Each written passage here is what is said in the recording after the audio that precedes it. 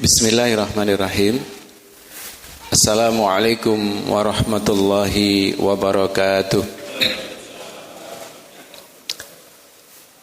Alhamdulillahi rabbil alamin, alladzi an'ama alaina ni'matal iman wal islam wal ukhuwah. Ashhadu an la ilaha illallah wahdahu la syarikalah, wa ashhadu anna Muhammadan abduhu wa rasuluhu la nabiyya ba'dah.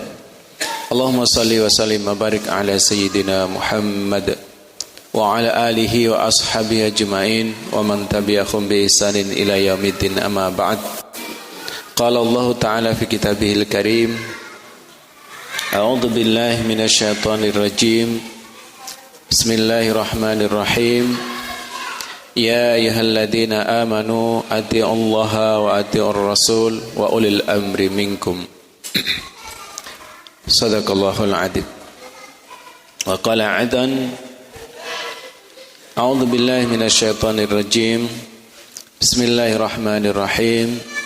Ya ayyuhalladzina amanu taqullaha haqqa tuqatih wa la tamutunna illa wa antum muslimun. Sadaqallahul adzim. Bapak-bapak, ibu para jamaah ingkang dipun mulyakaken Allah Subhanahu wa taala, saderengipun monggo sareng-sareng kita milai kita bikak majelis kita dalu menika kanthi wawasan basmalah ugi shalawat. Bismillahirrahmanirrahim. Allahumma shalli wa sallim wa barik ala sayyidina Muhammad. Mugi-mugi kula panjenengan sedaya tansah pinaringan sehat,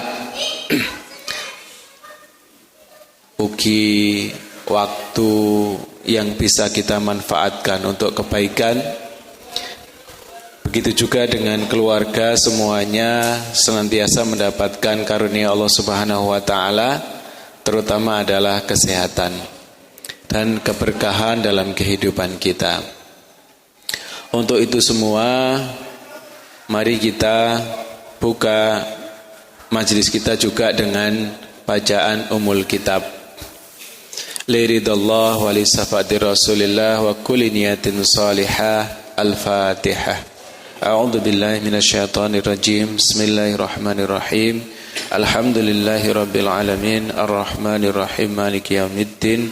Iyyaka na'budu wa iyyaka nasta'in. Ihdinas siratal mustaqim, siratal ladzina an'amta 'alaihim ghairil maghdubi 'alaihim waladdallin. Amin. Mudah-mudahan dengan bacaan Al-Fatihah tadi membawa barokah untuk kita semuanya.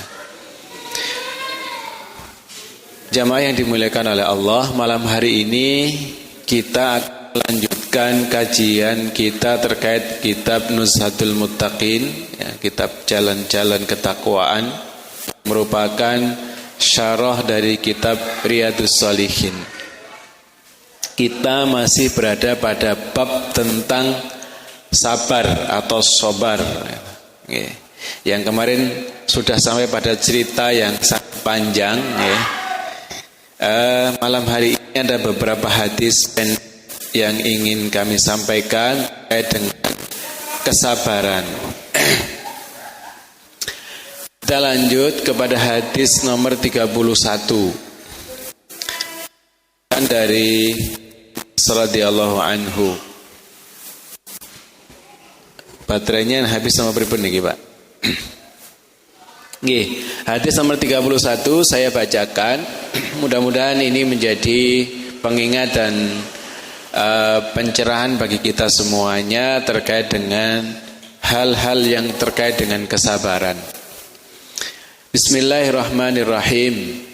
Wa an Anasin radhiyallahu anhu qala marran nabiyyu sallallahu alaihi wasallam bimra'atin tabki 'inda qabrin faqal ittaqillaha wasbiri faqalat ilaika anni fa innaka lam tusab bi musibati wa lam ta'rifhu faqila laha innahu an-nabiyyu sallallahu alaihi wasallam fa'atat baban nabiyyi sallallahu alaihi wasallam falam tajid 'indahu bawabina faqalat lam a'rifka faqal innamas sabru 'indas sadmatil ula muttafaqun alaih. Wa fi riwayatin lil Muslim tabghi ala sabiyilaha. Artinya diriwayatkan dari Anas radhiyallahu anhu, ia berkata, ketika Nabi SAW menjumpai seorang wanita sedang menangis di atas kubur. Jadi beliau baginda Nabi menjumpai seorang wanita sedang menangis di atas kubur. Maka beliau bersabda, ittaqillaha wasbiri, bertakwalah kepada Allah dan bersabarlah. Faqalat, maka wanita itu menjawab,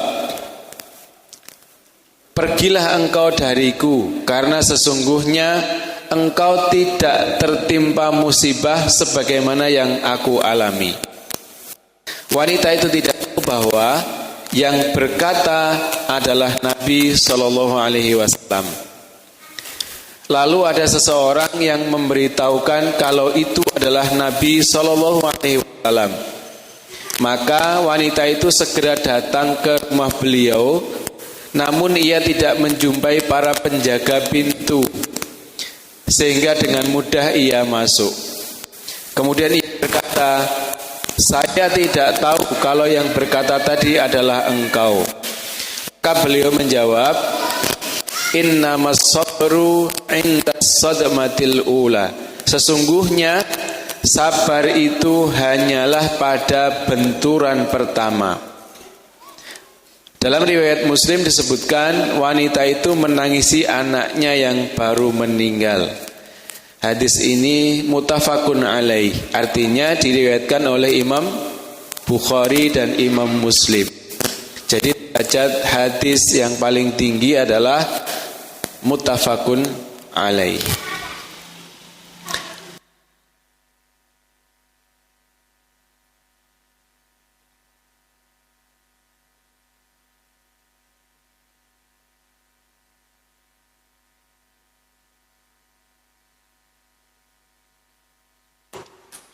Baginda Nabi SAW bertemu dengan seorang wanita yang baru saja ditinggal mati anaknya dan dia menangis di kuburan. Maka baginda Nabi menasihati, ittaqillaha wasbiri, bertakwalah engkau kepada Allah dan bersabarlah.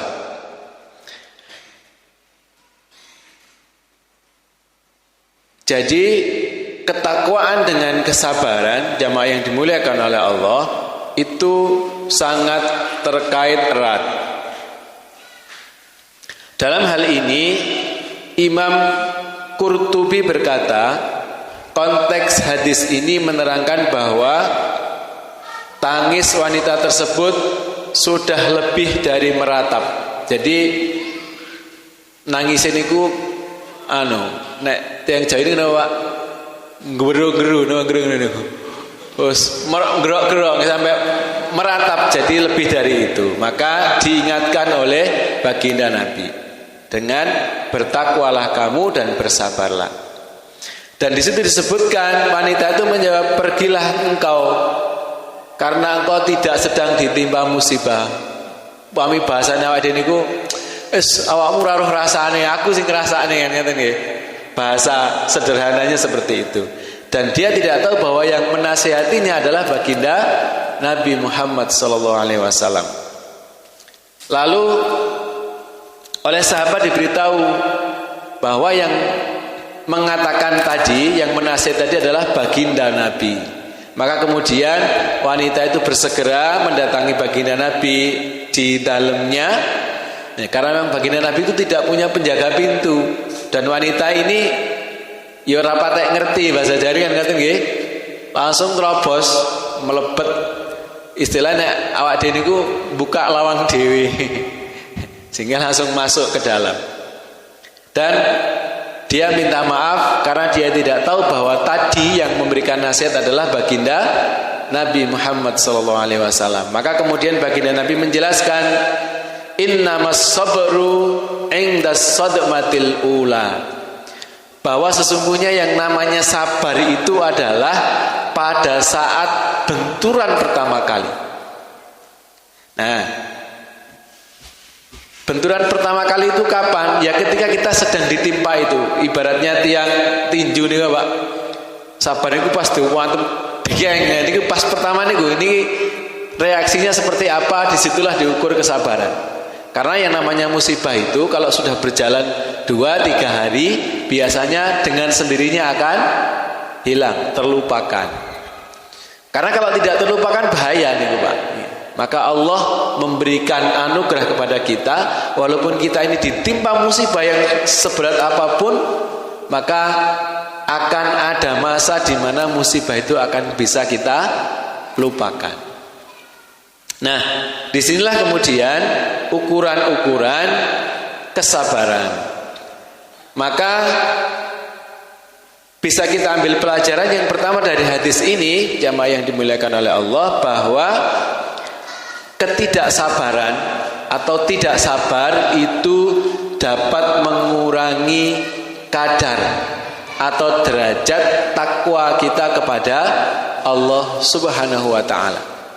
Makanya baginda Nabi menasihatinya adalah ittaqillaha wasbiri. Bertakwalah engkau kepada Allah dan bersabarlah. Jadi kaitannya sabar dengan ketakwaan itu sangat dekat. Kemudian pelajaran yang kedua bahwa kesabaran yang terpuji adalah bersabar saat musibah terjadi pertama kali. Ya, jadi bukan sesudah peristiwa beberapa saat. Karena tadi itu kalau musibah itu sudah berlalu beberapa hari, maka biasanya bisa terlupakan.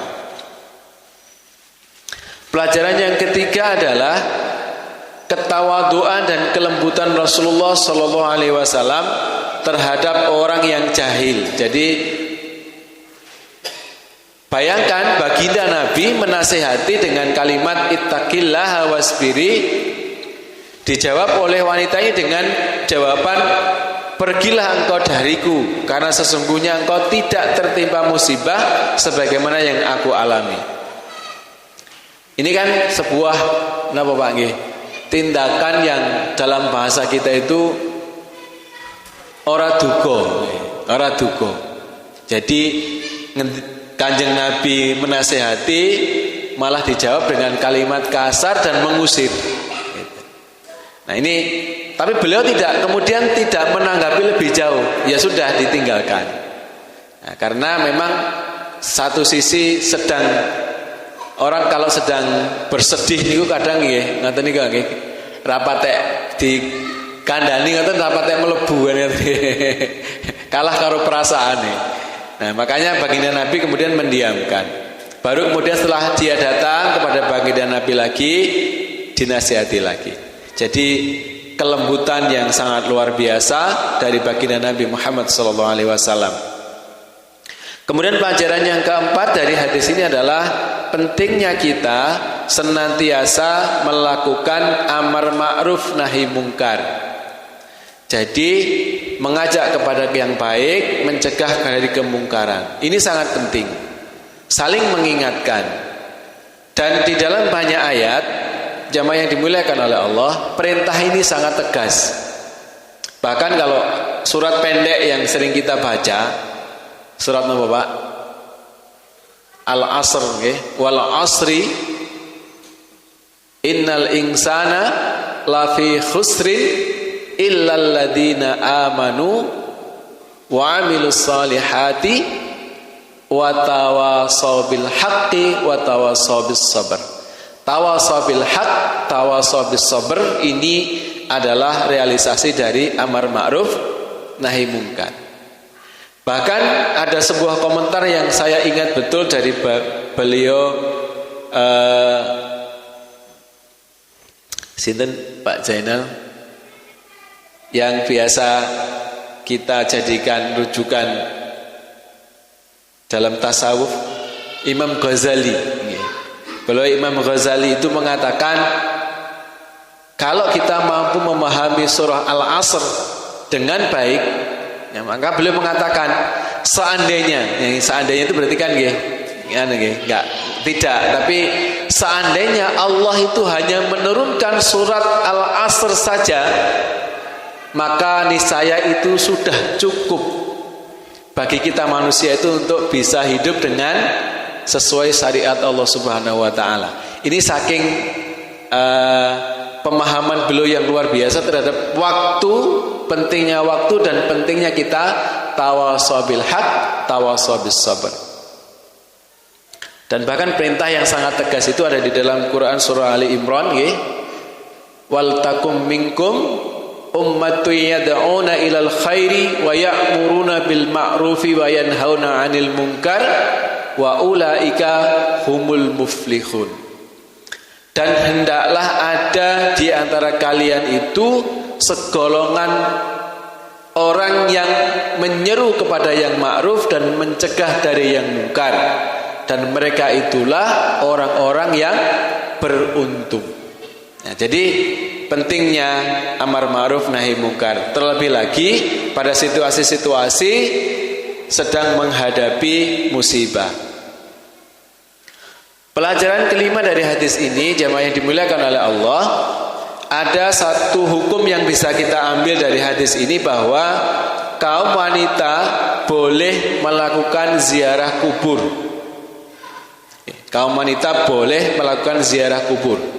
Karena kalau hal itu sebuah kemungkaran, niscaya baginda Nabi tidak hanya menasihati untuk bertakwa dan bersabar, tapi beliau pasti akan mencegah wanita ini dari meratap di atas kuburan anaknya.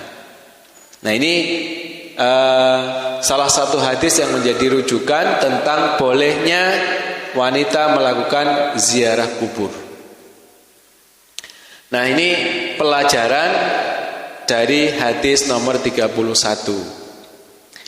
bahwa kesabaran itu diukur pada saat pertama kali seseorang itu mendapatkan atau ditimpa oleh musibah. Mudah-mudahan kita termasuk yang diberikan kekuatan oleh Allah untuk bersabar dalam segala situasi, insyaallah. Kita lanjutkan hadis riwayat Imam Bukhari nomor 6424. Kalau di Riyadhus Shalihin hadis nomor 32. Hadisnya pendek dan ini luar biasa sekali, memotivasi kita. Bismillahirrahmanirrahim. Wa an Abi Hurairah radhiyallahu anhu anna Rasulullah sallallahu alaihi wasallam qala yaqulullahu ta'ala ma li 'abdil mu'mini 'indi jazaa'un idza qabattu safiyahu min ahli dunya thumma ihtasabahu illal jannah. Diriwayatkan dari Abu Hurairah radhiyallahu anhu bahwa Rasulullah sallallahu alaihi wasallam bersabda, Allah taala berfirman, tidak ada balasan kecuali surga bagi hambaku yang mukmin yang telah aku ambil kembali kekasihnya di dunia, kemudian ia hanya mengharapkan pahala dariku. Sekali lagi, para jamaah yang dimuliakan oleh Allah, kita coba cerna kalimatnya yang disabdakan baginda Nabi. Yaqulullahu ta'ala, ya.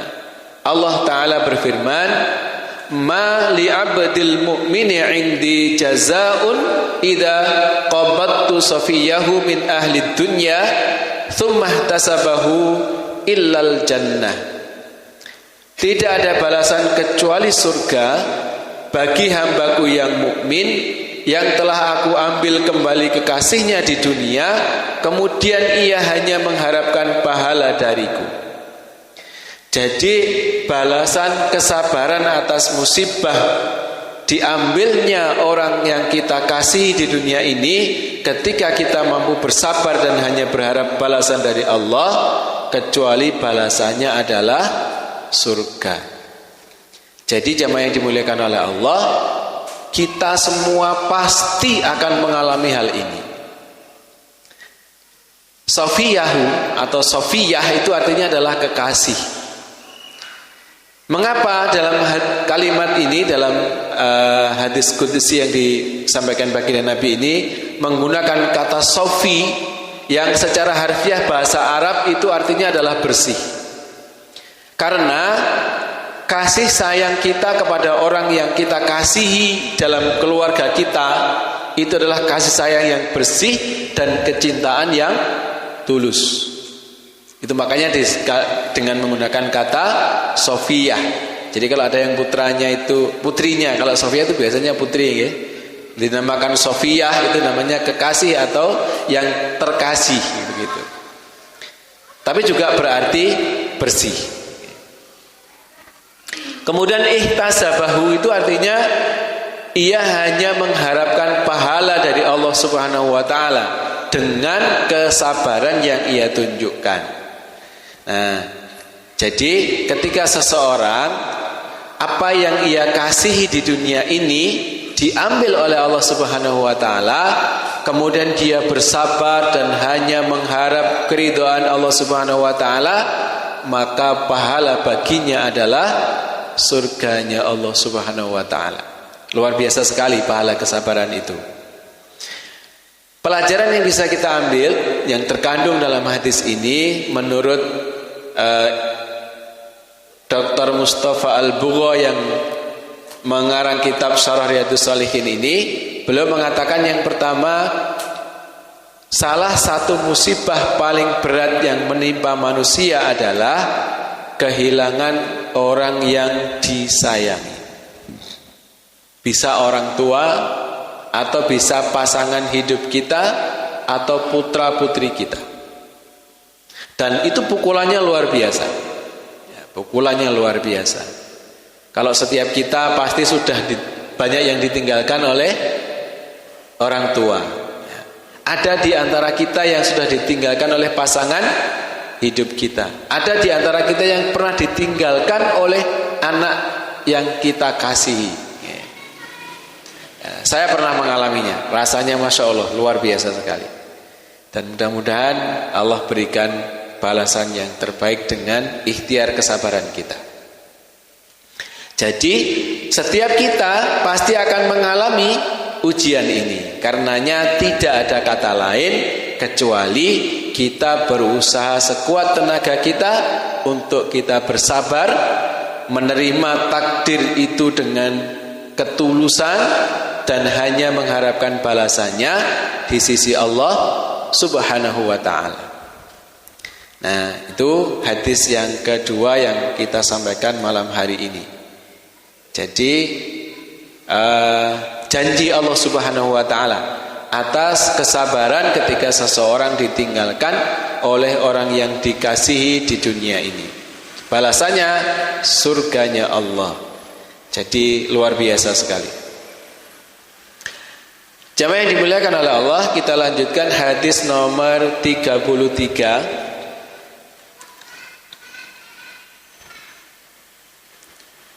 Ini hadis tentang wabah. Kalau kemarin kita sempat mengalami ada apa Pak?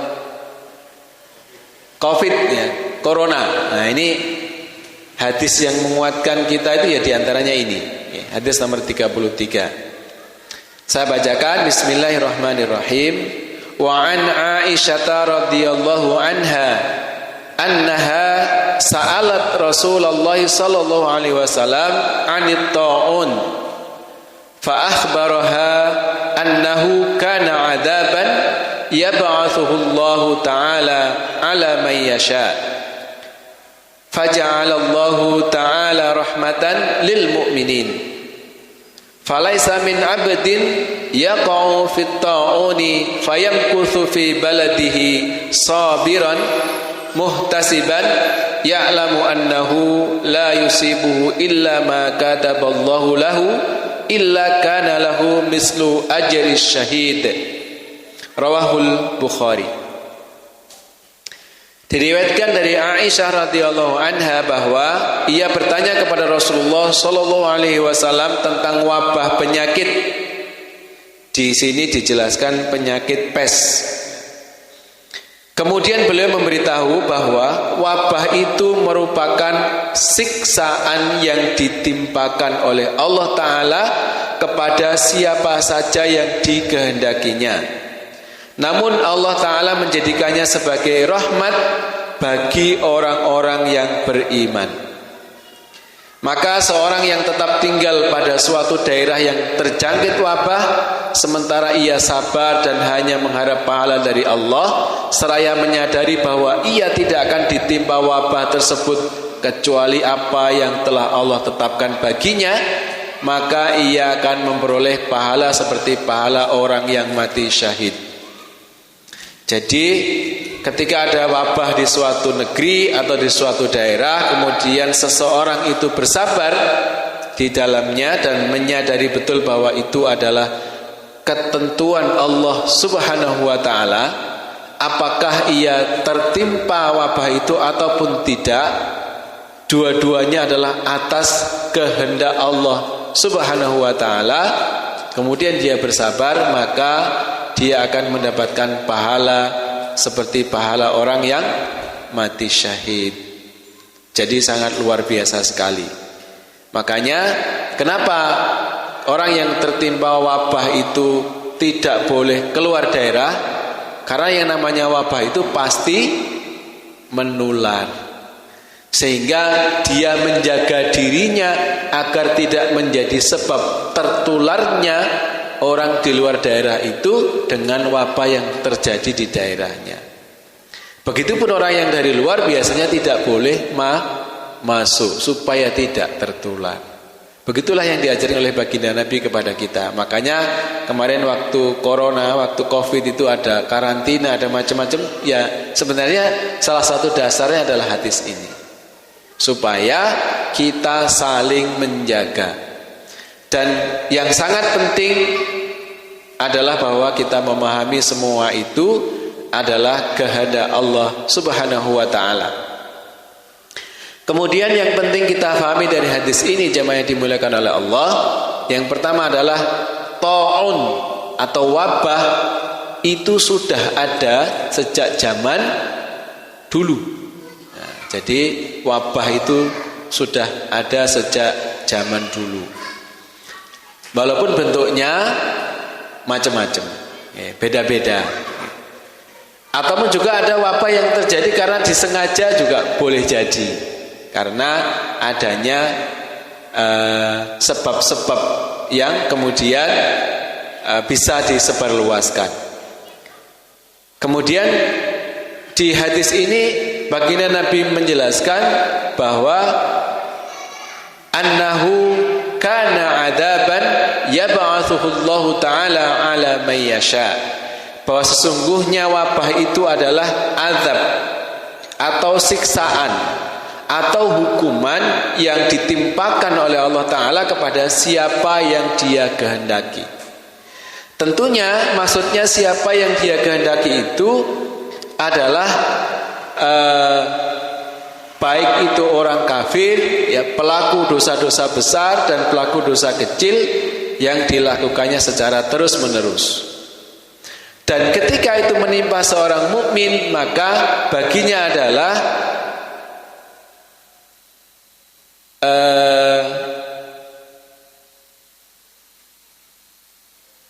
napa Pak, rahmat atau napa pahala nggih, atau Allah menjadikannya sebagai rahmat bagi orang-orang yang beriman.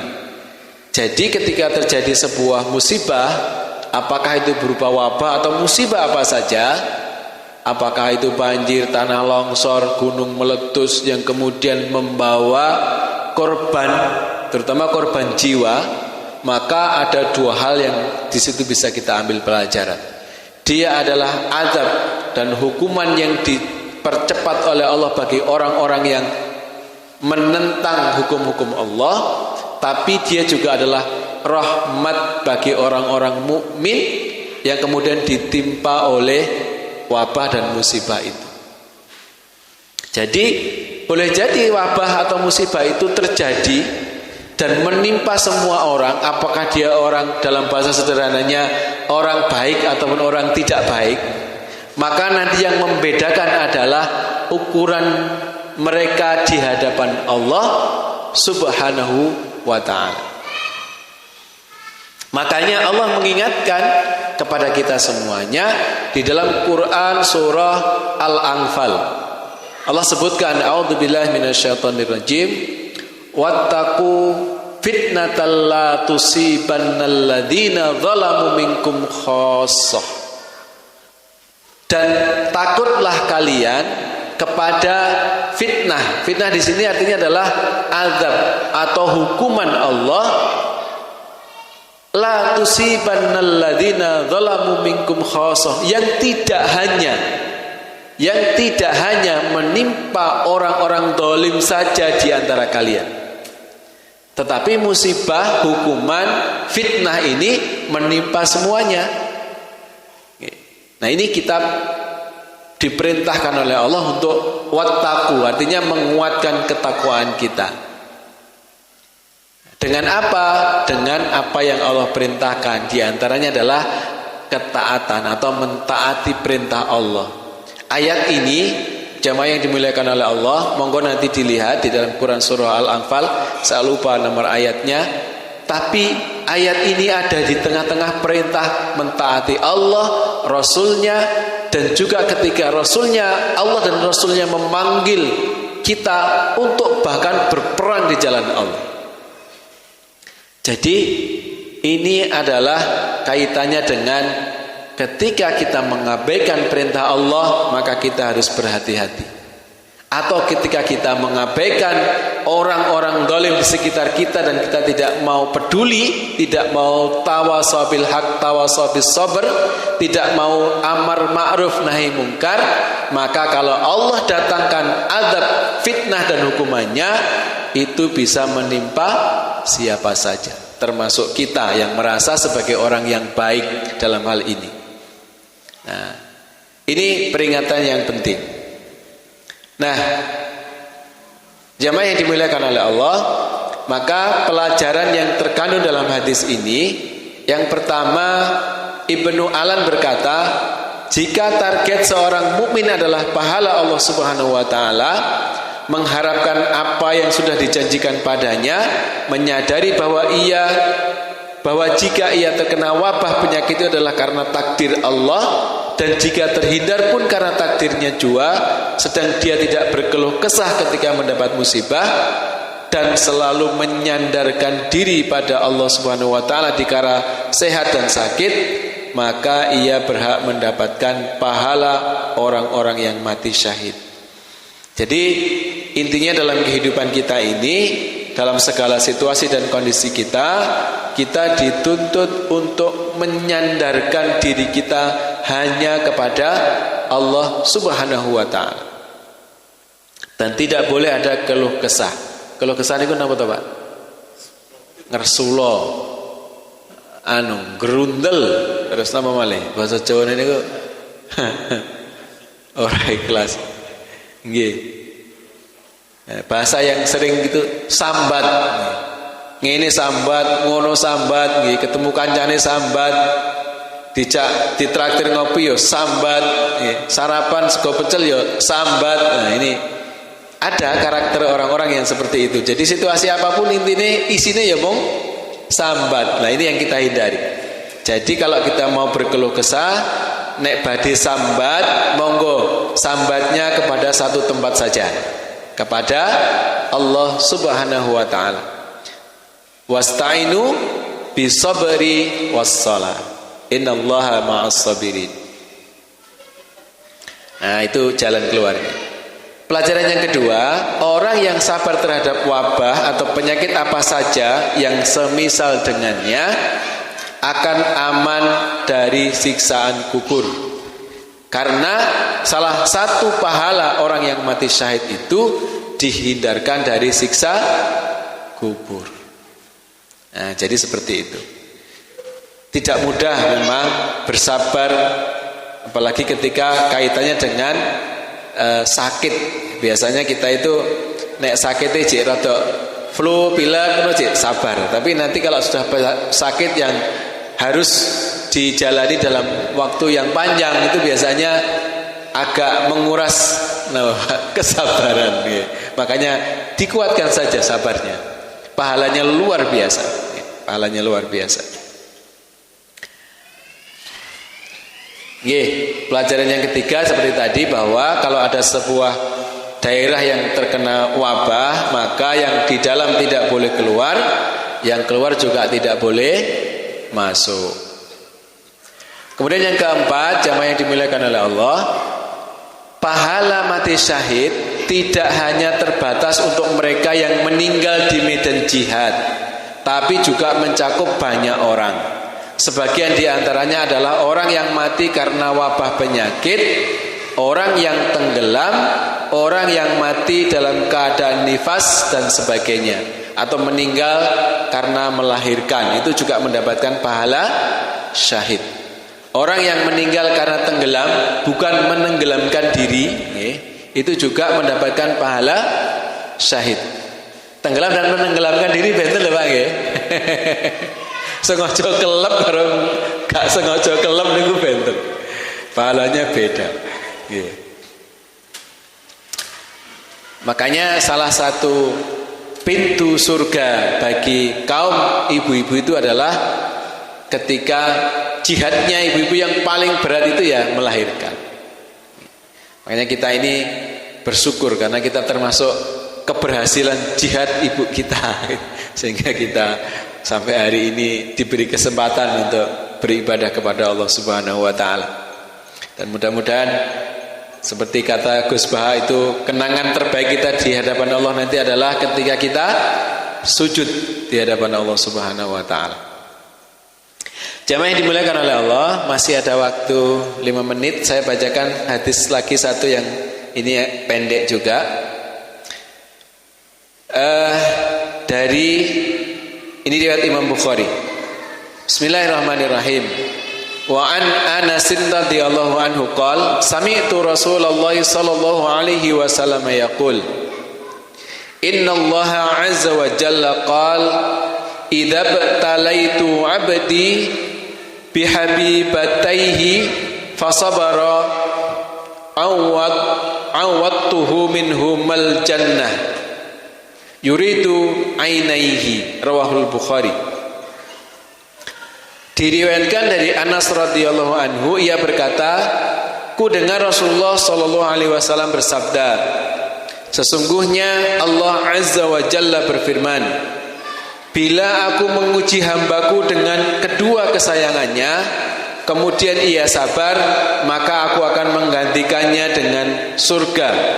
Maksudnya kedua matanya. Hadis riwayat Bukhari dan Imam Tirmidzi.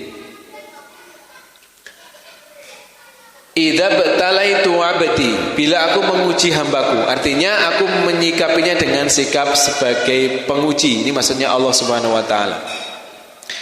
Pelajaran yang bisa kita ambil, secara khusus Rasulullah sallallahu alaihi wasallam mengutarakan tentang balasan untuk kedua mata, karena sepasang mata merupakan anggota tubuh yang paling disukai manusia. Jika Allah menguji dengan itu, mengambil penglihatan seorang hamba dan ia bersabar, maka pahalanya adalah surga. Dan surga merupakan balasan yang paling agung, karena kenikmatan melalui pandangan akan sirna bersamaan dengan lenyapnya dunia, sementara nikmat surga abadi selamanya. Jadi ada kalanya seseorang diuji oleh Allah dengan diambil penglihatannya. Dan saya termasuk punya keluarga yang diuji oleh Allah dengan ini. Jadi saudara saya itu ada 2 yang diuji oleh Allah dengan diambil penglihatannya sejak lahir. Jadi mudah-mudahan mereka termasuk orang yang sabar dan pahalanya surga. Ini bahkan kita mestinya yang dikaruniai mata normal itu, kalau melihat mereka sabar harus iri kan gitu ya. Mereka sudah dapat tiket sabarnya itu balasan surga gitu. Nah, kita ini masih belum tentu. Bahasa Jone rong karuan. Nggih. Nah, itu jamaah yang dimuliakan oleh Allah, insyaallah 3 hadis yang kita baca pada malam hari ini semoga menjadi pelajaran bagi kita. Yang pertama, bahwa sabar dan ketakwaan itu sangat erat kaitannya, sehingga kita harus menguatkan kesabaran kita sekaligus ketakwaan kita.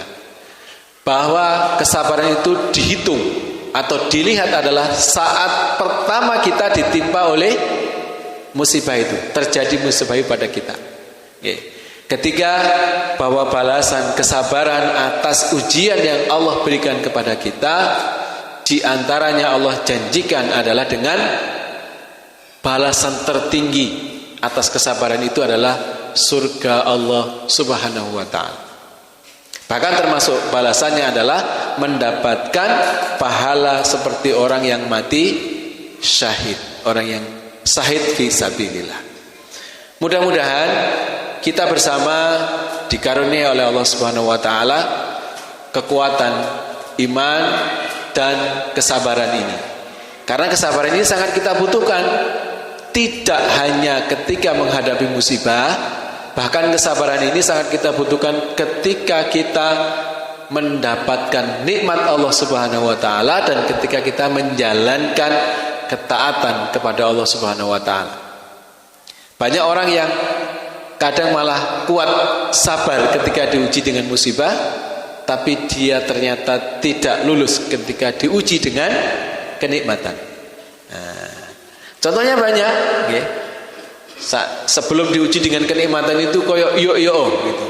Begitu kenikmatan itu didatangkan oleh Allah sedemikian rupa, dia kemudian lupa dengan Allah Subhanahu wa taala, sehingga kenikmatan yang Allah berikan itu menjadikannya menjadi justru jauh dari Allah Subhanahu wa taala. Itu namanya tidak sabar dalam kenikmatan.